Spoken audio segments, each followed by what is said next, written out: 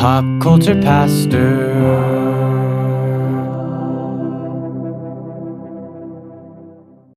Okay, Cody.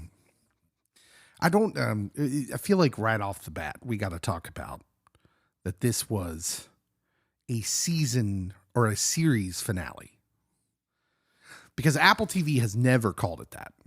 They've called it a season finale, but clearly they're just wishful thinking, right? Because this was the end of this show.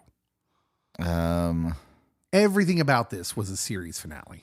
Unless they're calling it a season finale and spinning off into Frasier from Cheers. Right. So the only possible way this continues is as a spinoff without Ted. And it becomes like AFC Richmond. Yeah. So Jason Sudeikis said several things this past week, which, by the way, is I like there being a few days between the release and us recording this watch along. I like there be some time in between there. I know that doesn't make a lot of sense in this YouTube / dog eat dog podcast world where you got to be the first one to react to everything and, you know, have the right thumbnails and blah, blah, blah. We just want to have a good conversation about it. And our quality speaks for itself. I just want to become Ted Lasso. Someone's got to coach this team. That's all I want. That just whetted my appetite last week. That little brief glimpse of lead. And I wanted more Ted Lasso in my life. But sadly, there was not enough room in this, a series finale episode for that, which is what it is. I'm going to move forward from here, understanding this episode as a series finale. Well, the way it ended. Yeah. And so we got to get something on the table right away. Name any series finale that you thought was great. The original Scrubs. The original Scrubs. So, but they continued after that, right? It was on a different network. It moved to ABC and it was originally pitched like Frasier from Cheers. But they called it Scrubs still. But then they scrapped that idea and they brought Zach Braff in for like 6 episodes out of the season. But like it still did change a little bit, but they tried to keep it Scrubs, even though Scrubs really ended at season 8. And then season 9 was supposed to be Scrubs 2.0 or something, and it didn't work out. That's really confusing, but I'll take your word for it. Yes, in which Bill Lawrence, co-executive producer of this show, Ted Lasso, executive producer of Scrubs. Yeah. The reason I asked that is because there's not a lot, if there are many or any. There's some people out there say there's no series finale that is good. MASH is usually the one that gets mentioned. But since most people listening to this weren't alive when MASH was on. Cheers. I don't know, bro. I watched the Cheers. I did not watch the series Cheers finale. one. I mean, it was okay. Most series finales are okay. There's something they have to do, though, that doesn't play real well. No. And I think this episode of Ted Lasso falls victim to that occasionally, where it's got to wrap up so much that some of it's not like, look, there's been a lot of people that have complained about this season of Ted Lasso. And mostly the complaints run along the lines of this show used to be funny and now they've just put all this drama into it. Well, I kind of like the drama and it was still funny. I laughed a lot, but I love the deeper stuff that they're putting in here. Dramedy is what I call it. Yeah. And so this episode does get to some deep stuff, but it takes a little bit. It does. Yeah, there's not many shows that have a great series finale. Now, some have a great final scene. Mm-hmm. Mm-hmm. And I think for most of this episode, I was falling in lines of this being a great series finale until the final scenes. And then that's where it lost me. Okay. So for me, about the first half hour of this show is very cotton candy because there's some funny stuff. There's some stuff that's clearly set up for what's going to take place at the later on in the episode that they have to set up first. All the stuff with Jamie and Roy. Yeah. Like they had to set up that Jamie, because we don't really get a lot of indication that Jamie still has feelings for Keely. I mean, We knew, but I presumed because there's just all these kind of awkward side conversations, Yeah. and then he's the only one that actually apologizes well to Keely. but they needed the direct setup, which, so they have to have the reason for Keely and Jamie to be talking. They're going to Brazil for some, media thing. And then Roy sees it, invites Jamie out for a drink, hijinks ensue. Yes. But we'll get to that. Anyways, that's what I mean is there had to be so much setup for this closure we're going to get, which is interesting because as we're going to find out with those three in particular, there is no closure.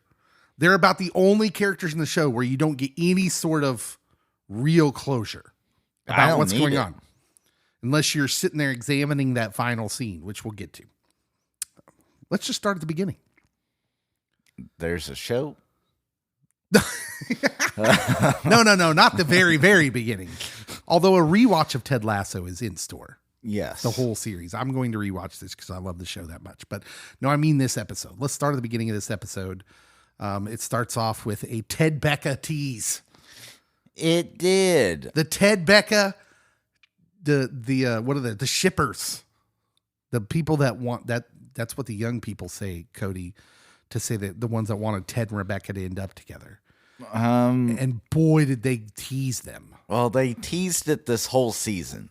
There was a lot of tension. But this was a direct tease. Oh, yeah. When he walks around the corner in clearly her kitchen wearing his t-shirt and you're like, I was literally, what the? Like, what? What is happening? I'm like, it's finally happening. Cody is a shipper. I am. I wouldn't have minded them ending together, but we soon find out that this is a setup. That they were just teasing you because, they're all coy and he says, are you ready to talk about it? And she's like, no. And she's making these weird little looks that making you think that something happened between them, but no, because then Beard comes around the corner wearing a thong. And I did not need to see Beard in a thong. That didn't need to happen. It's a callback to Scrubs with Todd. Okay. Again, I'll take your word for it. I did not watch Scrubs. Scrubs. It may need a rewatch. Anyways, we get the idea that it was just a crazy night for them, and Rebecca allowed them to be boarders basically for the night. Well, there was a toxic gas leak. Wasn't safe. Yeah, which Ted mistook that was for Beard's epic toots. Which I'm here for all the toot jokes. Yeah. So. There was a lot of like light and airy, funny stuff in the first half hour of this. There needed to be. Which, yeah, maybe they were doing that specifically to offset some things. Because then we go to the locker room where they're holding court. They are. McAdoo, Isaac, in what is a hilarious judge get up. They're fining people for these various things. I just love them showing the team. Like, I feel like the purpose of this scene was, look how much fun they're having together.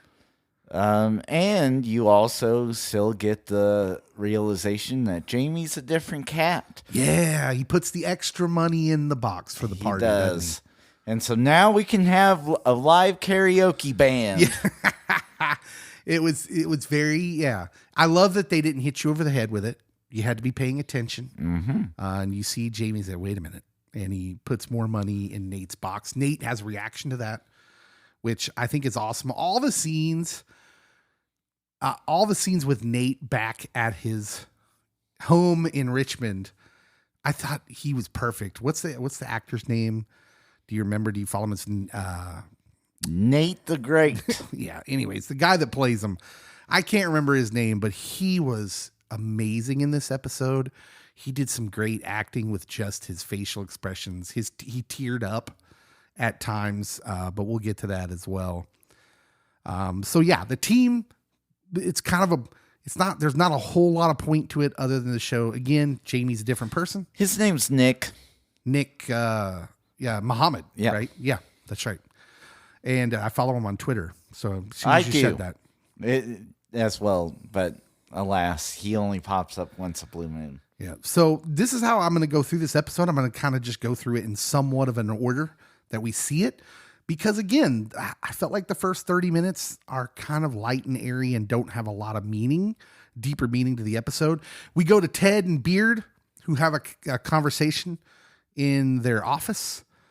We find out Beard is a Catholic. Maybe. We could put, he's either pretending to be a Catholic or he is a Catholic. If you can get citizenship to the Vatican, you do it.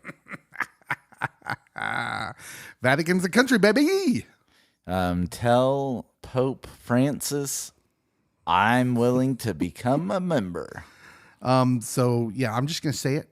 Beard, one of us. And yes, the followers of Jesus. Just a little shout out. I knew it. I didn't know it. No, Beard is. No, we're not gonna go there. But we would have some pastoral questions for our friend Willis. What you talking about, Willis? They almost have a return of the Diamond Dogs, although it's a false start because Roy ain't having it. No. In fact, that's what he says. No. He's my hero. We find out Trent's book is almost finished. It's adorable how much he wants Ted to like it. That scene where he's like, Ted like has the smallest little chuckle and he's like out of his chair and into the office. So you do laugh on page 43. And that was all great. I loved that. Yeah. I love that Trent's an accomplished writer. Like we're led to believe he was a big deal. And yet it was super important to him that Ted liked what he had written about him. Trent gets the importance of what's going on there. And also that Ted is the mortar, at least to this family. Yeah, we'll get to that. Because there's specific talking points. This is what's weird about this episode is there's not really much to talk about in these first few scenes, but they're important that we hit on them before we get to these deeper conversations. Next, we find out some things. Rebecca is kind of going through having these decisions presented to her. She finds out she can sell the club. She can sell 49% of the club, make a lot of money, retain control. Or she can sell the whole club for a couple billy. $2 bills. To which she does a spit take, which is perfect. That's a very good spit take. So she's got these choices put in front of her. We also find out that seed heaters are dangerous. So many melded bottom cracks. Oh, yeah. Including almost Higgins, apparently. Leslie. Some of the more comedic moments in the first half hour. Then we get to the first scene with some meaning to it. I felt like we get to the last practice. Yes. And this is played beautifully with, Ted and Beard, who are kind of like, yeah, we just want to keep this low key. Nothing important. And Roy kind of, yeah, whatever, guys. And then they're all like, what do you mean? What's going on here? And then the music starts and the team sings So Long, Farewell. And it's amazing. So early on, I was trying to figure out if like Ted had told everyone, if he had just only told Rebecca. Mm-hmm. And then this musical number starts and I'm like, yeah. Well, it carries the context well, doesn't it? It does. It gives you the exposition you need. The team knows. So he's told everybody. Yeah. Which of course they would, because we don't see that on camera. We don't. And, would have been too many tears. Yeah. And it's just good. It's just good, fun. I was a little afraid when it first started, like, oh no, they're not doing a musical, are they? They're not going to make this a musical episode and the series finale, right? Yes. No. The musical episode of Ted Lasso. I don't know why every show that sticks around long enough now thinks they need to do a musical episode. Scrubs did. Doesn't work most of the time. I can't speak for Scrubs. It was kind of funny. I'm not going to lie. But, The Flash did one. That sounds like trash. No, it was hot trash. Hot trash. We go back to Keeley. Jamie and Roy, the triangle of sorts, because Jamie and Roy, they meet. Roy goes through this whole thing where it's clear the only reason he's done it is to tell Jamie to back off, who then says, no, which is played beautifully. They have a fist fight off camera, show up at Keela's house to basically say, you get to choose which one of us you end up with. These two dudes have grown, but oh my gosh, are they still dumb? It reminds me of like anyone that was one of the disciples in the Bible. Right? Like you have these profound moments, especially with Peter, and then like the next moment he's doing something ridiculous and you're like, what the heck, man? It's so funny because they both have come a long ways. Jamie a little more so, from where he started. But oh my goodness, the whole time when they say that, it's just so cringy too. It's like, you get to pick which one of us you end up with, and she has the perfect reaction to that, which is to kick him out of her house. And they have the perfect reaction to that as they turn to each other and say, "We're idiots." Yes, idiots. You're not wrong. And by the way, that's the end of their story. Were you prepared for that? Yes. You were. You Yes. thought they would leave it up in the air. Mm-hmm. We have no idea who they're going to live happily ever after with. Who says you get to live happily ever after? Well, nobody. Exactly. Tomorrow, you're not promised tomorrow. I'm really rooting for Roy to end up with the teacher that he has missed the flirtation with twice. That's strange. It is. They have no connection. They don't seem right for each other at all. And that's why they'll work. Other than the teacher just clearly is super flirty with him. Yes. Which, I don't know. They make her seem kind of desperate. I don't know. That seems like a bag on teachers, especially single ones. Well, if you had the opportunity to land a former football great. Yeah, that's true. That's true. There's a hilarious yet pointless scene with Rebecca and her mom, who's apparently into skateboarding now. This scene, like, there was really no point to the scene except for it was hilarious, first of all. The mom was super funny in this scene. The mom with May, where they cackle at her joke, is be like, it's about how you all are feeling so terrible about how easy you've had it. And they just start cackling. That was amazing and hilarious. Yeah. But the scene really serves no real purpose other than, I think, to show the affection that the fans now have for Rebecca. Yes. You get the fans are now invested not only in the team as a brand, but the individuals behind the team, including the owner. Yeah. And maybe a little bit of where Rebecca's at and her thinking of what she's going to choose to do. I think you're supposed to see she's really kind of battling with that. Then we go to the first real deep scene. Real deep. Is Ted is sitting in the stadium. And did you notice the camera work for this? As Rebecca comes and she says, I'm ready to talk about it now. And the camera, she sits down next to Ted and the camera is like slowly panning in, right? Mm-hmm. Slowly zooming in on him. And she starts off by saying, I'm selling the team. If you go, I go. Which is totally a dodge because that's not really what she's thinking. I know what she was doing. Yeah. She's being Kenny Rogers, the gambler.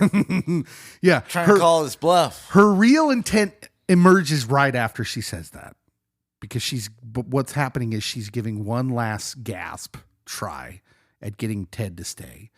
And this is the first scene, like I said, that I feel is real deep and real powerful because she gets to that one point where your real feelings come out. If you've ever been in this situation where you wanted someone to stay and then you have nothing left but to just get to it and ask the question. And that's what she ends with. She says, will you please stay? She wants badly for this to not end. Like all of us, right? Like, no, yes, please stay, Ted. I want a fourth season. Ted barely speaks in this whole scene, and that's sort of powerful. And he because as Rebecca guesses, you already know your answer. Yeah, he does. Yeah, and that's when he says so. He's like, yeah. But that scene was really powerful.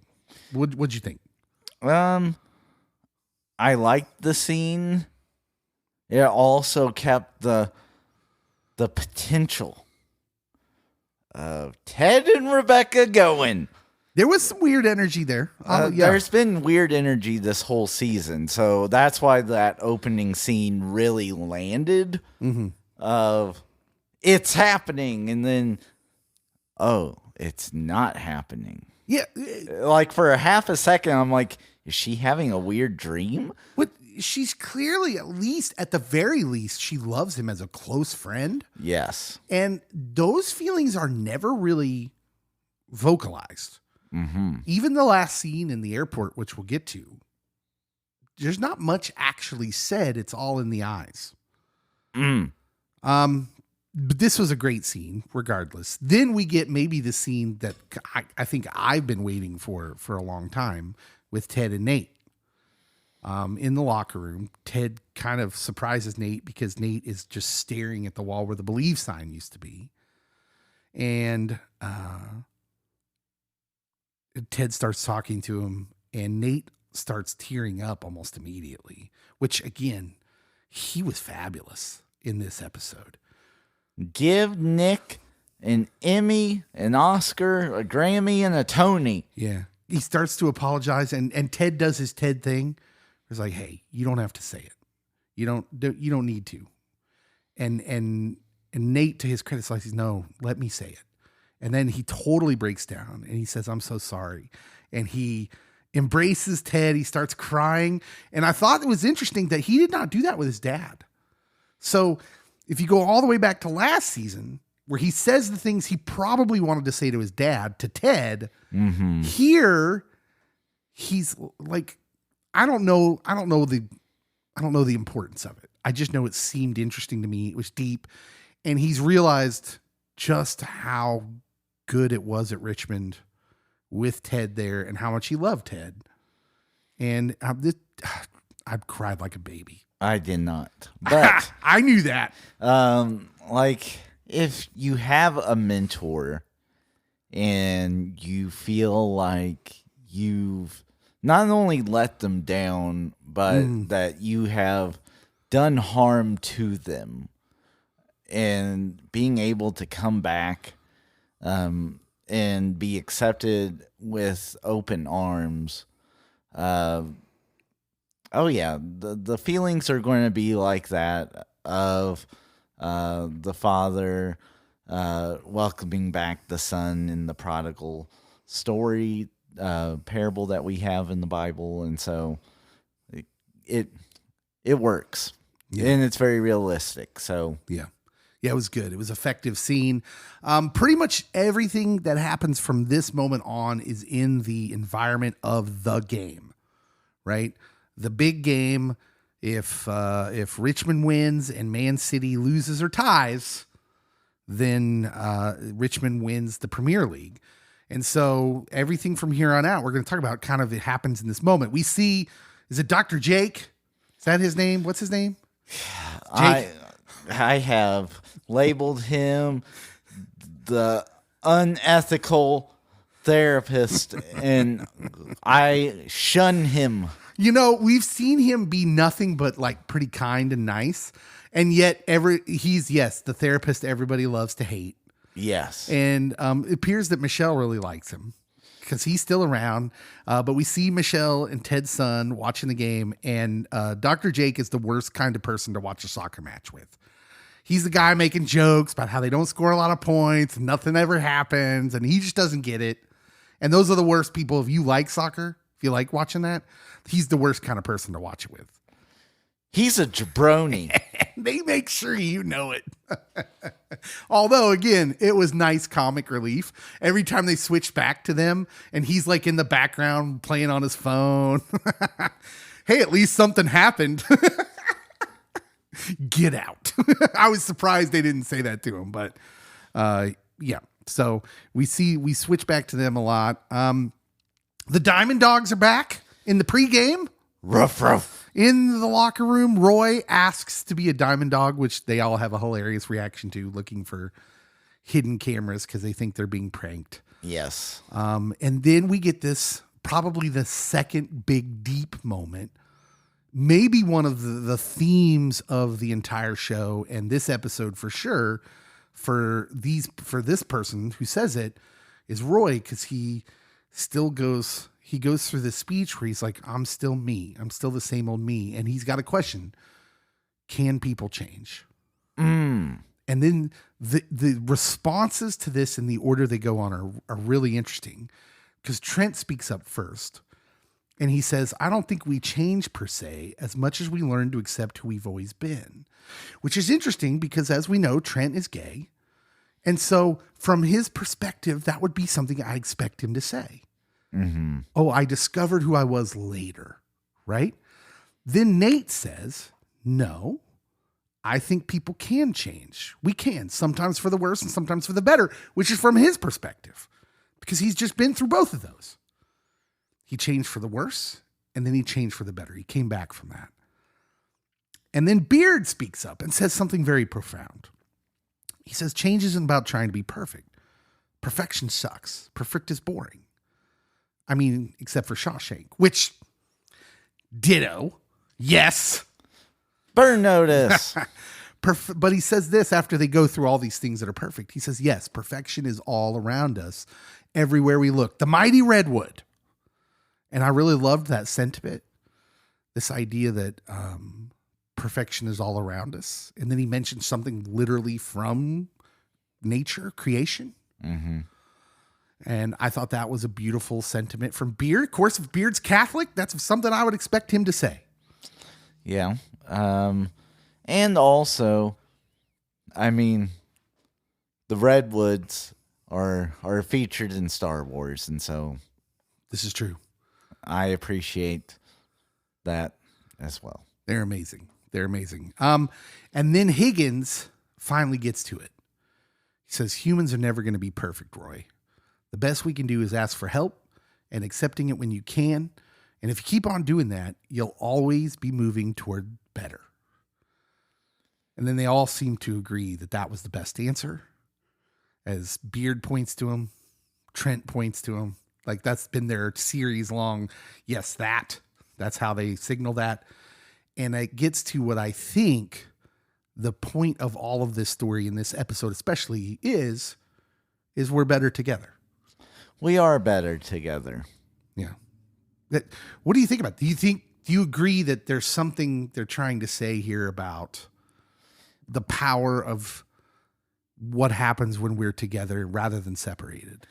I do think that, so underlying this is also a bit of accepting yourself and your flaws, but that it is through our connectivity with other people that we make these strides in our lives, and that life finds more meaning.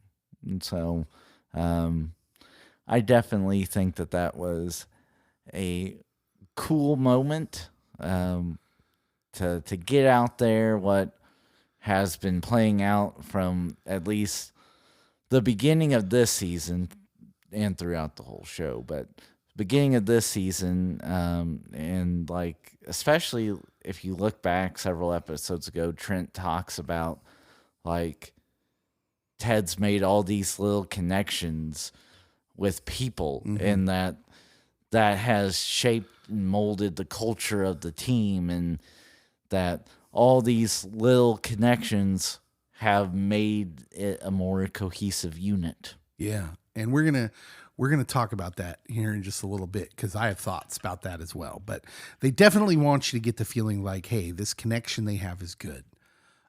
We see Rebecca and Rupert before the game. I love how genuine she is with him. Yeah. She makes a remark about, hey, this is good for you, though. And he's confused. And she's like, whatever happens, a team you love is going to win. And she gives him a real smile and a pat on the shoulder.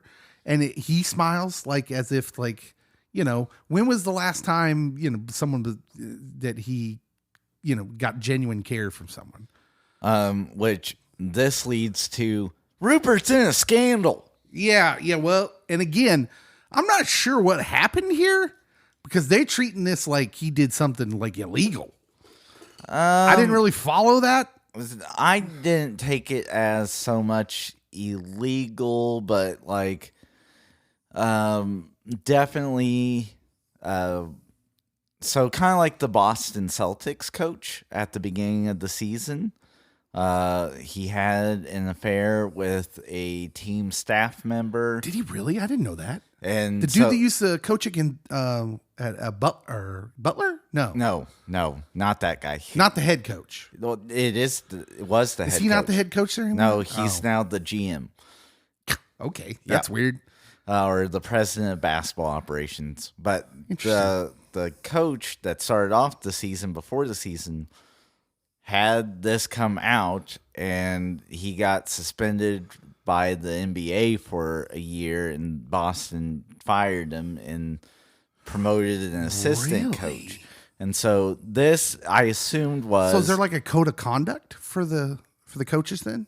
I assume so, and there should be for, I think, all personnel and staff of a team that, like, if you want to have a relationship with a coworker, there's definitely ways to do that by the code of conduct. But being a married owner and having a position of power over your employee definitely leads to, this seems very ooey. Do we think Nate talked about this, or it came out organically, or are we not supposed to care? Does it even matter? So I think Nate quitting kind of spurred the investigative journalism. Yeah. Okay. That's my guess. Interesting. Anyways, here's the part to not miss in this is the genuine care that Rebecca has for Rupert, which is a far cry from where we've seen her in the past. And this is the part as a pastor where I don't want you to miss this. Look at what happens when she gives away her anger of Rupert. It frees her up to genuinely care about him. We saw it a little bit in the last episode where she I think the scene where she sees him as a little boy at that table allows her to give up that anger because she sees the broken little boy inside him. She gets to give away that anger, and then she's able to approach him with a genuine care that a human being should have for another human being. She's no longer angry with him. And I like that when she frees her up to genuinely care about him and Bex and their daughter. Right? She showed care for their, his relationship with them. If we go back 3-4 episodes ago, she warns him like, hey, quit messing around. Your wife deserves more and your daughter deserves more. But I think there's an important lesson there that we can get to a place where we don't critique for criticism's sake, but because we genuinely want the best for people. And Bex is so sassy. Yeah. Bex is? Or Sassy is sassy? Sassy, isn't her name Rebecca as well? Bex? No, Bex is her wife, or Rupert's wife. Well, sassy with him, and then she makes you think she's got some genuine care for Rupert. It's I really want the best for you because you're the absolute worst. She still gets burn. She burns him. Then we get to the game itself. The Beard shows a video. In another little funny gag that really has no effect or bearing on the episode, Beard shows a video with all their memories, and they're all crying before the game. Which that is the worst time to do that. But it doesn't really affect them until later on in the first half. They go down. They give up a couple quick goals. They're down 2-0 at halftime. And Zorro was not stopping all the shots. Yeah, things are not going well for them. Ted doesn't really give like this astounding hype halftime speech. He does say, he gives them the general, like, we go out there and we do the best we can. we can be proud of where we went. But he says something. He says, we don't want to know the future. We want to be here right now, which I thought was a deep thing to say. Live in the present. Very mindful of him. Yeah, which I loved. And then we have the real emotional crux for the halftime for the team is what I will call the Rudy moment. So in the movie Rudy, you ever seen the movie Rudy? A few too many times. Yeah, I love the movie Rudy. That sounded very snarky, like you don't love the movie Rudy. It's okay. But there's a big scene in that movie where the new coach at Notre Dame is not going to play beloved walk-on Rudy his senior year, the last chance he has of getting on the field because he's the new coach and he didn't have that relationship with him. And then the entire team comes down and lays their jerseys on his desk saying, I want Rudy to take my spot. So it's very similar to this as the teammates are all contributing something to this scene. And in the same way, he asks the team if there's anything else anyone wants to say, and Sam starts it, and we find that he's saved a chunk of the belief sign on the back of his Nigerian World Cup photo, and he comes and lays it down, and then we one by one we start seeing that they've all saved a chunk of the belief sign, and this is the second time in the episode I get kind of choked up. I did not. No, I know you didn't. You're an unfeeling man. I was raised by the Terminator. But no, like, so the sign, I will save that for the end. Okay. Just because I think that there's a lot of deep things happening around the symbolism and imagery of the sign. But there was as they're doing this, I'm like, y'all need to be like placing it in order, like trying to puzzle it together. And then they're like, yeah, no. And then they start putting it together like a puzzle. And I'm like, you could have done this from the beginning. Well, right. But they're setting up a specific shot. Okay. They are. And whoever wrote this was genius. This was absolute genius because they're all huddling around. They're all looking at the pieces. Then they have this moment where like, all right, let's put it together. And they all duck their heads. And the only two heads standing above them all huddled down now are Ted and Nate. And they share this look. And as the team produces and repairs the symbolic tearing of Ted and Nate's friendship, this look they share is so good. Because Ted kind of nods at him. Nate begins to tear up again as the symbolism of what's happening. Mm-hmm. As again, our connection with the people who care about us is what's repairing Nate. In this moment, they're literally repairing the relationship that was torn. Yeah. And this is wonderful. I loved it. And yeah, excuse me, there was a little, conceit to set that up. Like, why'd they wait? Why didn't they just start putting it together immediately? But it's because they wanted that shot, and I was thankful for it. It's a wonderful shot. Teamwork makes the dream work. When the game is tied, Isaac has just tied it up and, kicked the ball through the net, which is, it's an amazing scene, first of all. Which I had told my wife as we're watching this, I'm like, it's redemption time for Isaac, because anytime he does these moments, like he boots it so hard and so far, like the corner kick, he literally broke the glass in the press box, and so Higgins protecting his wife when he realized Isaac was taking the penalty kick was hilarious. And I'm like, it's happening, and then like you see it, and it's like, how did he miss that? He didn't. And it was a great scene. It makes no sense except for Ted Lasso. The team's always been it's not about what makes strategic football sense. I was really ready for Danny to take the shot. Yeah. I thought it should have been Danny too. That was perfect. Jamie, nail it, muchacho. And then he's like, Capitan. And I'm like, all right, I'm here for it. Don't keep going down the road. But I had the doubt everyone else had. They're like, okay. Beard saying, okay. Was hilarious. But it works out. And it allows for this moment in the game as they repair the net for Rupert to walk angrily out onto the pitch. And the way Nate looks at him is like Nate's looking at the devil himself, right? Literally. Oh my goodness. Powerful. Again, give Nick Muhammad the Emmy right now. And the rest of the EGOT. Oh, he was amazing in this episode. Even just the looks he's giving were just amazing. Rupert walks out, gets in shoves the coach down with the short shorts. Shoves the coach that used to be the broadcaster. Yeah. Analyst. A lot of it's there just for a funny gag. And I laughed But because I'm immature. Yeah, then they, as he's walking out, they start chanting wanker, which is a British bad word, sort of. Yeah. I feel okay saying it. I feel like I haven't, compromised myself too much. I'm too young to say. But there's this moment where Rupert has this moment of realization before he goes into the tunnel, and then that's really the last time we see Rupert.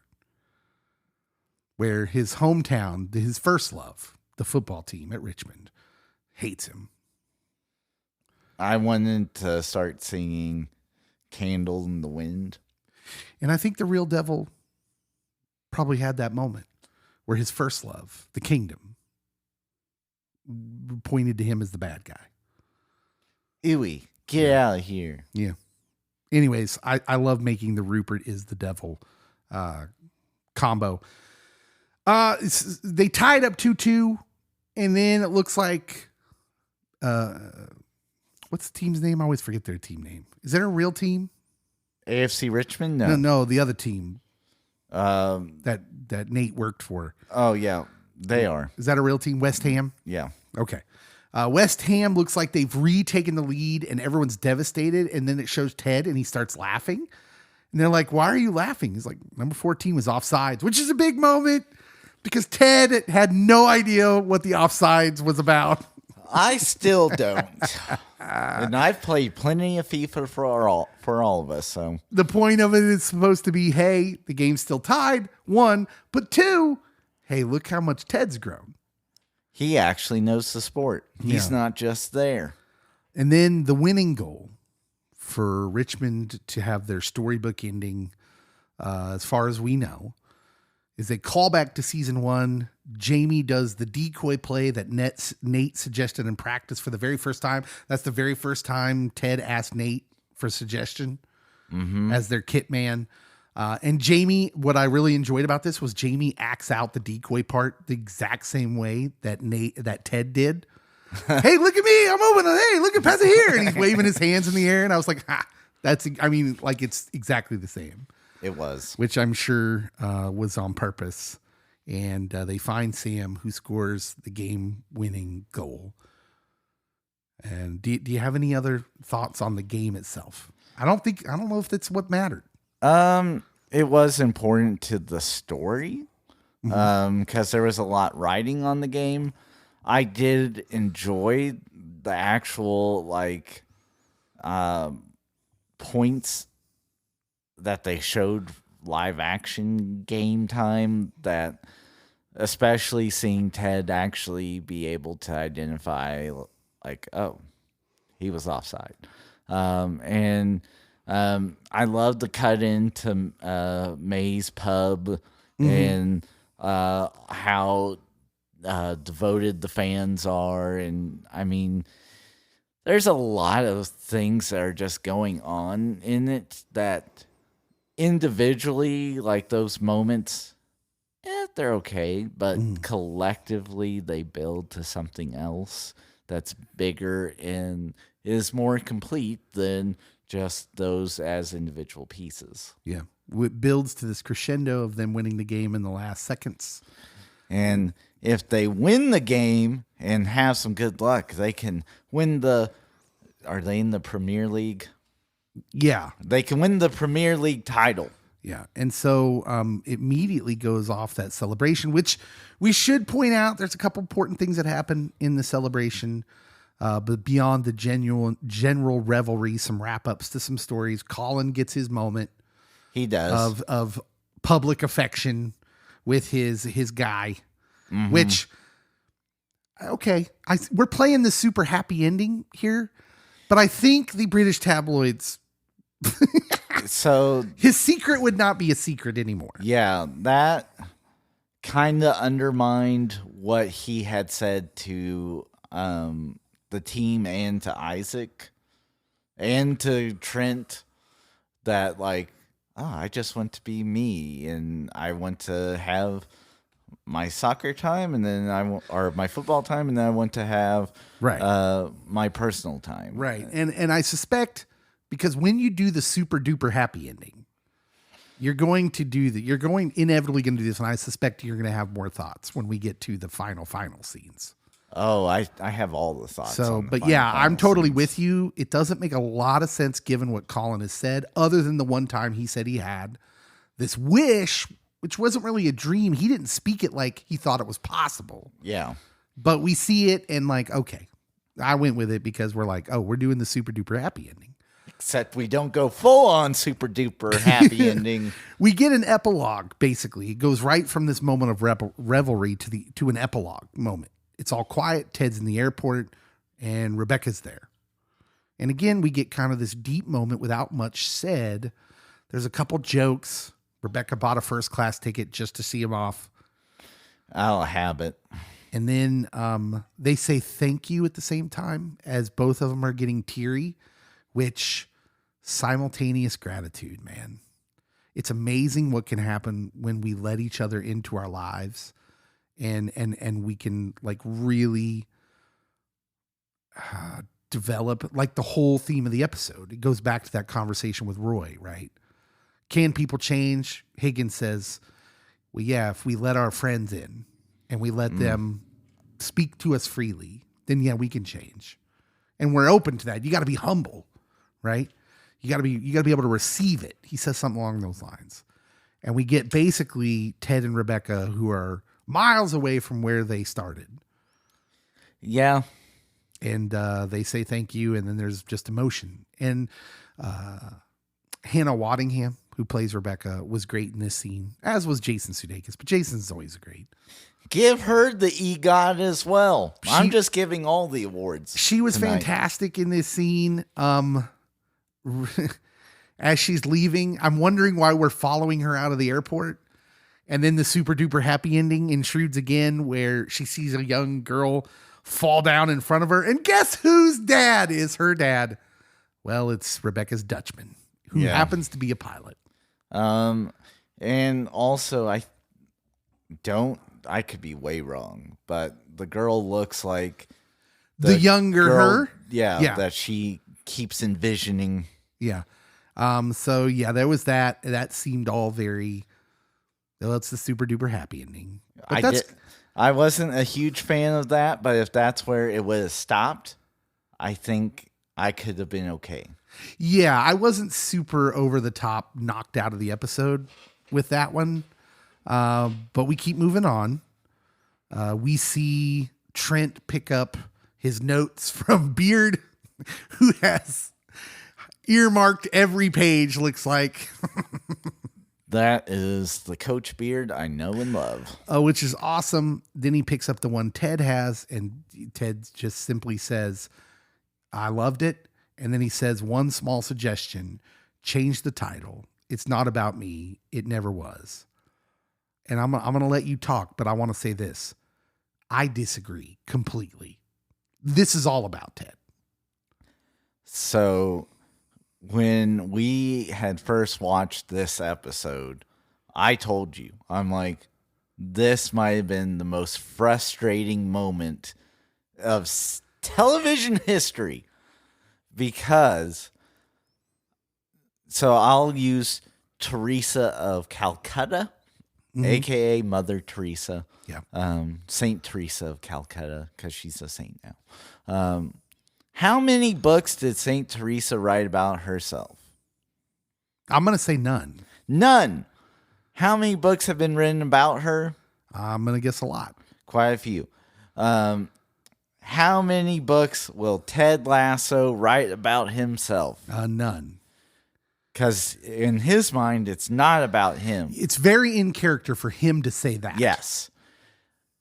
the people that are your glue, that are your foundation, that are selfless, that are humble, that keep the family atmosphere going, they're the ones that need to be praised and have the light shined upon them every once in a while. And this one would have been a big one because Ted's not going to toot his own horn.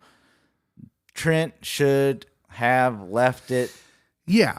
Ted Lasso. We know Trent understands that because remember when you talked about it, he gets real excited when he realizes that when he sees the pieces all coming together, what Ted has been doing, the little relationships moments that he's had. So we understand Trent knows that. I thought it was weird that he did change the name, but presumably the book and story is still the same because here's the thing. I'm with you. I completely disagree. This is all about Ted.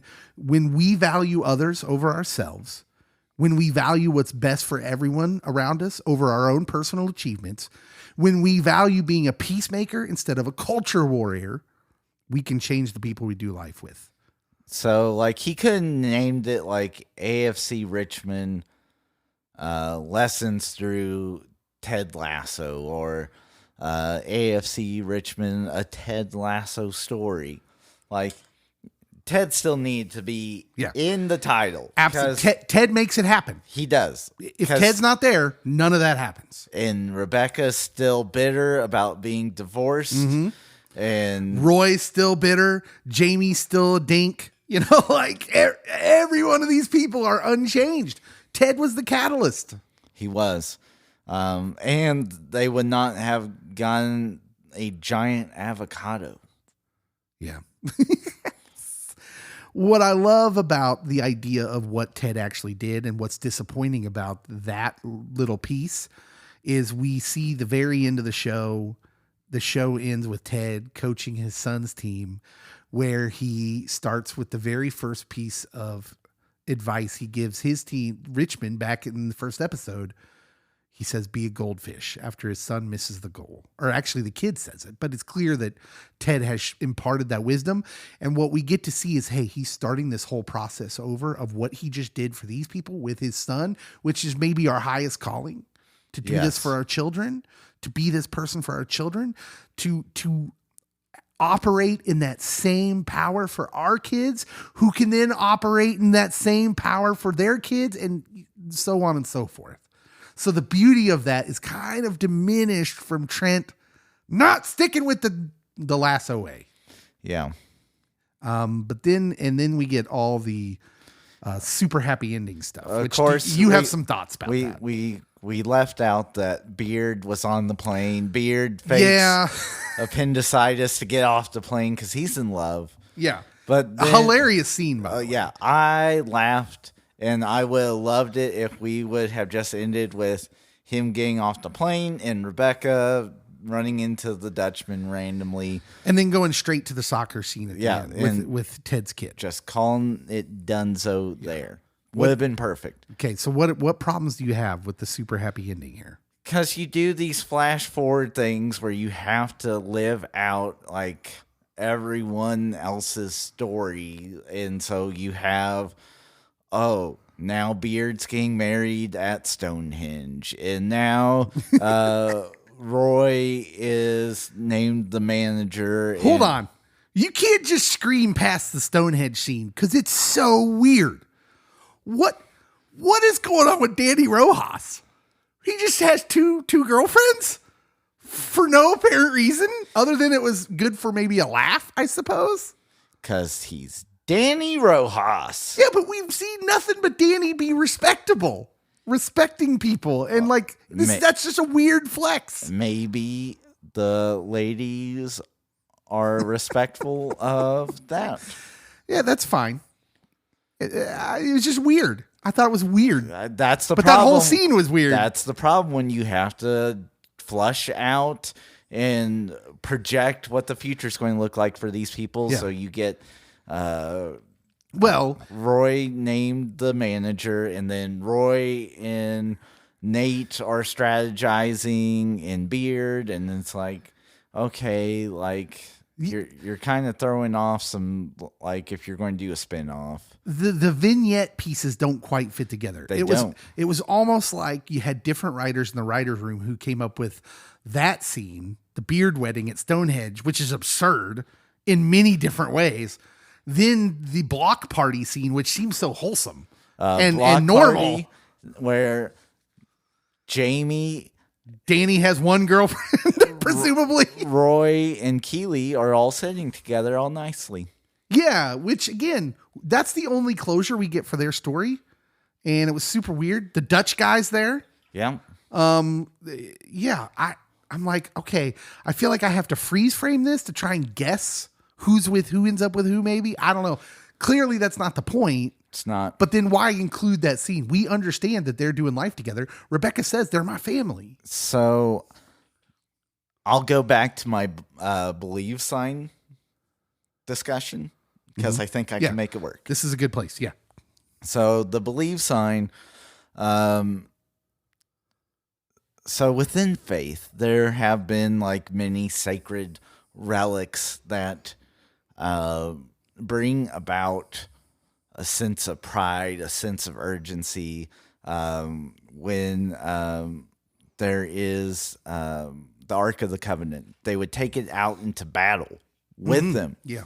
And that would give the warriors the strength and the knowledge that God is on our side and we're going to win. And clearly the players had that reverence for the believe sign, because when they found out the believe sign was torn, like it was like they went murderous. They did. It was almost like the temple veil being torn where the Holy of Holies was. But something magnificent happens.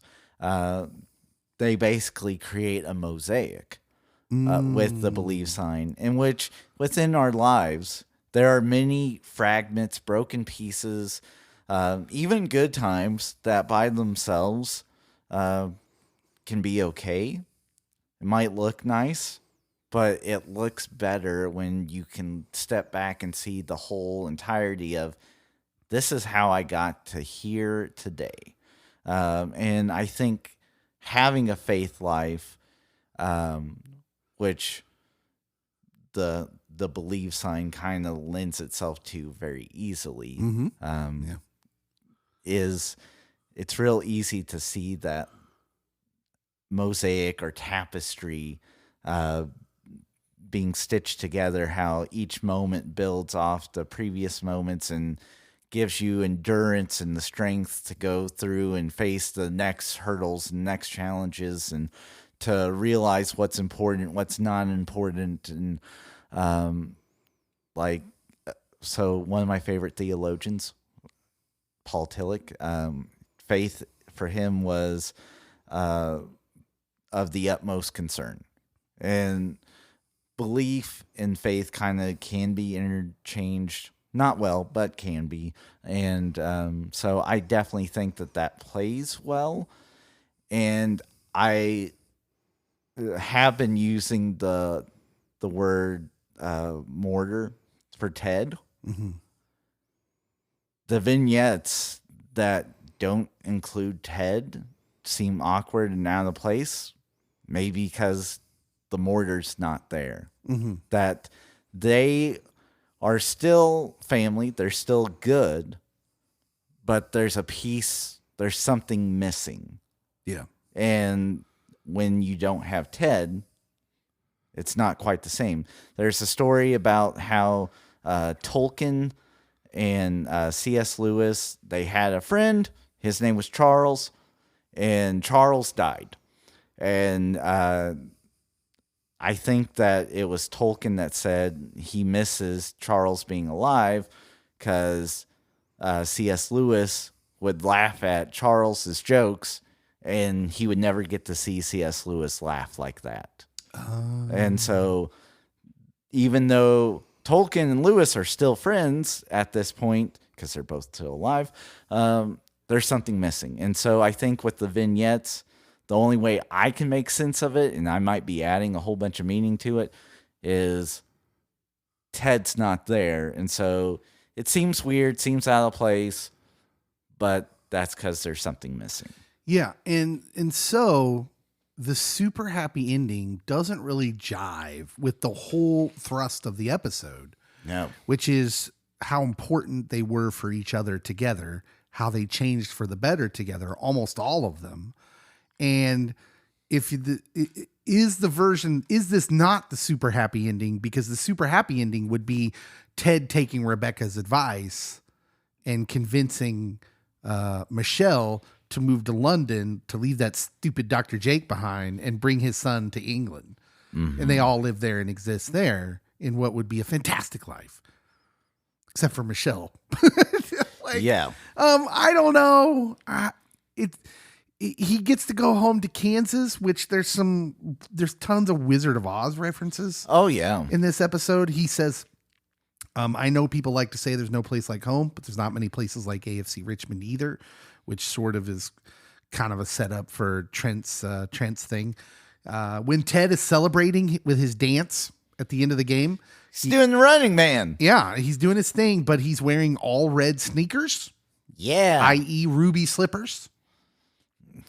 He doesn't click them, but No, he doesn't.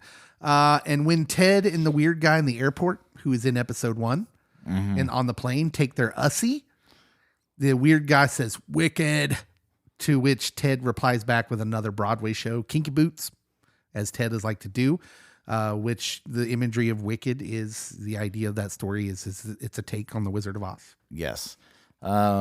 Which ussies, the first time I heard the word ussies was Parks and Rec. Because I don't remember that. Tom, after the benefit concert, he's like, "Can I take an ussie with the female singer of that rock band?" Yeah. But yeah, so that was the first time I had heard it. I didn't know if that was actually a thing. I mean, I've used it, and people have looked at me like, "Who are you, and why are you the way you are?" Yeah, I don't know. All of that is to say we need to give this show 2 scores. One as a regular episode of Ted Lasso, the other as a series finale. Because I think those are 2 different metrics. Yeah. So is there any final thoughts you want to get out there before we do that? I mean, there was so much, and there was a callback to the series finale of Cheers in this. Was there really? So at the pub, May adjust a picture, and that happens to be the picture Sam adjusts right before he leaves. Same picture? Same picture. Wow. In which, when you know that Jason Sudeikis' uncle was in Cheers, George Wendt. you then get appreciation for that callback. His uncle was Norm. Norm! That's good stuff. Yeah. I missed that. Okay. How many mustaches out of 10 as a regular episode of Ted Lasso? Oh, it was going to be a 9 if they would have stopped at Ted at the soccer game. That would have been almost kismet, as the kids say. But since it kept going, it got docked a whole mustache and went down to an 8. Yeah, I'm going to give it like a 6.5. To me, as a regular episode of Ted Lasso, they had to set up all this closure that like really seemed like a slow start for me, even though it was funny. There's comedic stuff. Someone who sat through all 4 hours of the Snyderverse in one setting, I can do a lot of build-up. As long as the payoff is worth it at the end, and I thought the payoff was until you got to the super good ending. As a series finale, though, judging it in the metric of other series finale, how many mustaches? So it's not MASH. No. It's not quite Scrubs.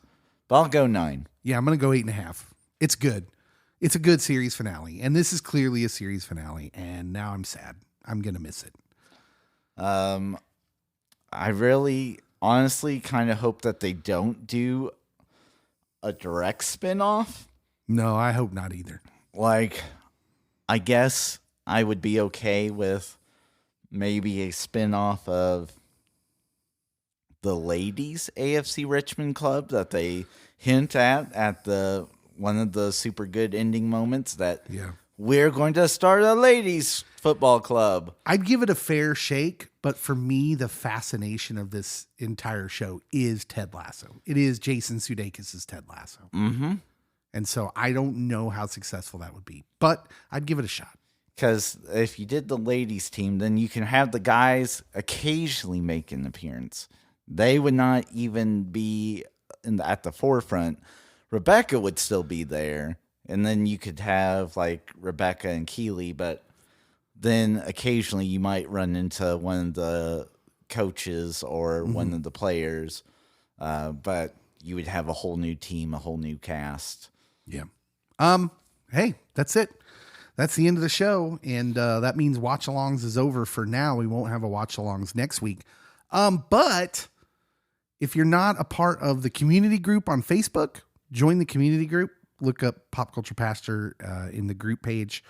Find the community group or follow us on Twitter, where we can also post a poll, because we'll be posting a poll soon after this episode drops on what to do our next watch along on. There's some choices out there. Oh yeah. I'm hearing Secret Invasion.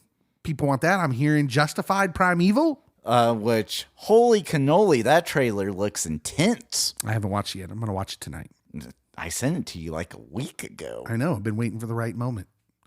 I like to save up for a few trailers, and I can have just a trailer-a-thon. I am who I am, Cody. Well, as long as you're making strides in the right direction. Follow us on social media so you can be a part of where we go next for our next watch-alongs. Until next time, thank you very much for listening. We'll see you.